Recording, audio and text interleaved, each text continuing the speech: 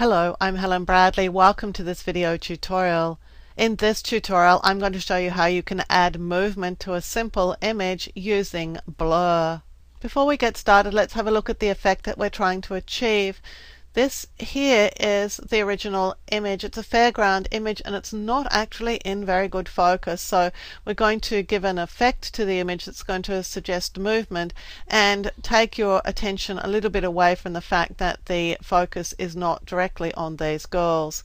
We're going to do that by adding a motion blur to the image and then mask out the blur. Then I'm going to boost the color in the image just a little bit, and we'll finish off with this sort of glow effect, which really centers your attention in on what's happening here on the fairground ride. So let's see how we're going to achieve this effect. Here I have a duplicate of the original image. I'm going to make a second background layer, so I'm going to right click on this layer, choose duplicate layer and click OK. That gives me two of these background layers. This one I'm going to blur. I'll do that by choosing Filter, Blur, and I want to use a Radial Blur because that's the kind of blur that is going to spin out from where they are. I could use Spin, which is around where they are, or Zoom, and I think Zoom is going to work best for this image.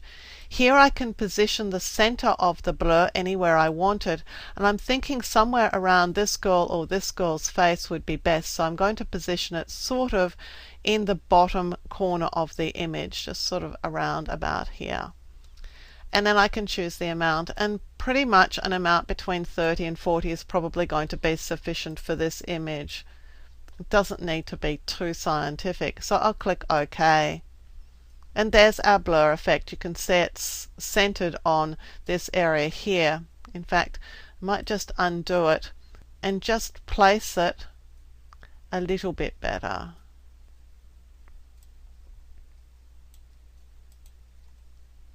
So now I can add a mask to this layer so that we can start painting back the detail over the girls' faces. To do that, I'll click this icon at the foot of the layers palette. It's the Add Layer Mask icon. It adds a white filled layer to the image.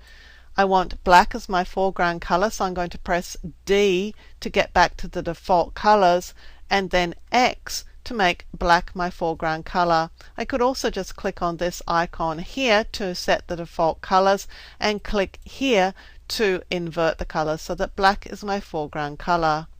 I need a brush, so I'll click on the brush tool and I'm just going to select a nice soft brush with a fairly large size on it. This is 300 pixels.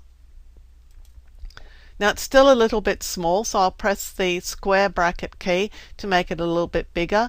Make sure the mask is targeted. It's got this little box around it so that I'm painting on the mask, not on the image. And I'm just going to bring back in detail over these girls' faces. Then shrink the brush down a little bit using the square bracket key and just bring in some detail from the fairground ride and bring in their arms as well. So I'm interested in these three girls, but not a lot of what's happening in the background. So I'm just going to bring them back in. Leave everything else nicely out of focus. Now you can be more careful with this, and if you make a mistake, just switch colors and go back and paint the blur back onto the areas that you removed the blur from. I think I'm going to add a bit more blur into the background here to try and get rid of that fairground rider behind the girls because it's not relevant to our subjects here. So once I've got that the way I want it to look, I'm going to add a bit more vibrance, but I'm only going to do it to the background layer so that the vibrance is only going to come through on the areas that are actually sharp. To do that, I'll choose Layer, New Adjustment Layer, and I'll choose Vibrance.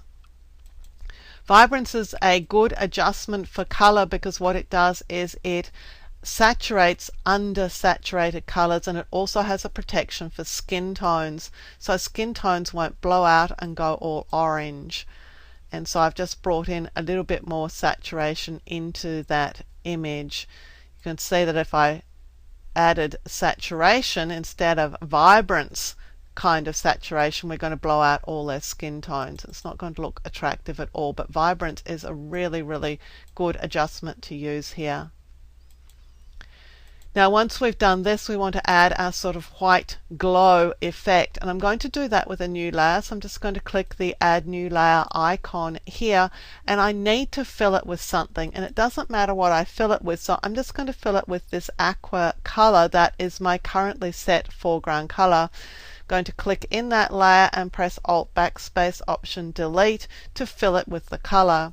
Now you might be thinking that we've made a huge mistake here because we want a white glow and right now we've got a blue fill, but if we reduce the fill on this layer to 0, we'll get nothing.